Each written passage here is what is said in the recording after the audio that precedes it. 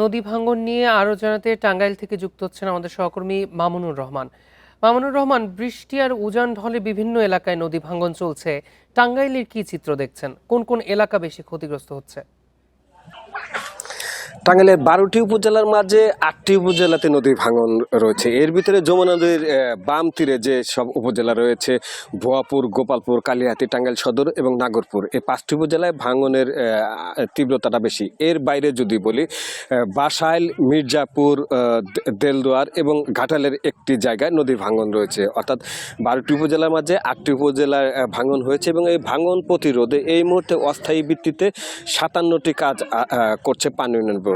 এর ভিতরে 26টি কাজ শেষ হয়েছে আর 31টি কাজ চলমান রয়েছে। কিন্তু যে পরিমাণ এলাকা জুড়ে এই ভাঙন শুরু হয়েছে, তাতে এই 57টি স্পটে যে জিও ব্যাগ ফেলে, আমি যদি দেখানোর চেষ্টা করি, সদর উপজেলায় এই যে জিও ব্যাগ ফেলে রেখেছে ভাঙন প্রতিরোধে। এই যে বাড়িঘরগুলি যে দেখা যাচ্ছে, বাড়িঘর, পাকা রাস্তা, এগুলা কিন্তু পাকা রাস্তার একটি অংশ নদীগর্ভে চলে গিয়েছে।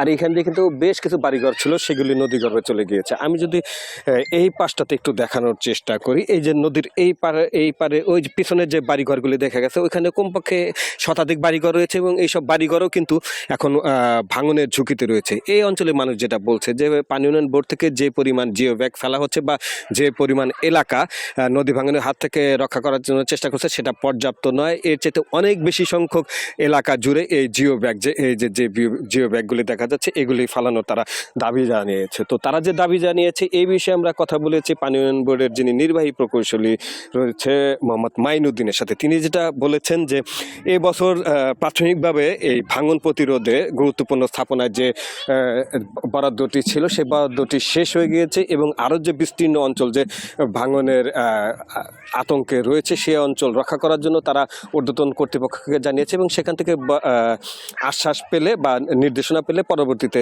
কাজ শুরু করবে।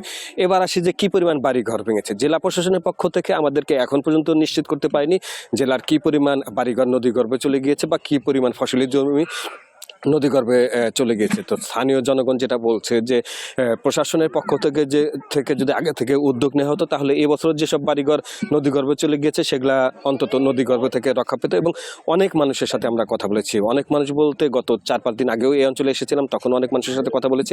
তারা যেটা বলছে যে কেউ 4-5 বার নদী ভাঙনের শিকার হয়েছে এবং একজন কৃষকের সাথে কথা বলেছি যিনি মোট 8 বার নদী ভাঙনের শিকার হয়েছে। সে নিঃস্ব হয়ে রয়েছে। এখানেই একটি অন্যের জায়গাতে বাড়ি করে 2টি ঘর তুলে আশ্রয় নিয়েছে, কিন্তু সেই জায়গাটি এবছর নদী ভাঙনের কবলে পড়ছে এবং কিছু অংশটা নদী গর্ভে চলে গিয়েছে। তারা চাচ্ছে প্রশাসনের পক্ষ থেকে রাষ্ট্র তাদের এই জমি এবং বাড়িঘর রক্ষার জন্য প্রয়োজনীয় পদক্ষেপ নেবে। এই হচ্ছে আমার কাছে টাঙ্গাইলের নদী ভাঙনের সর্বশেষ। নদী ভাঙন নিয়ে টাঙ্গাইল থেকে জানাচ্ছিলেন আমাদের সহকর্মী।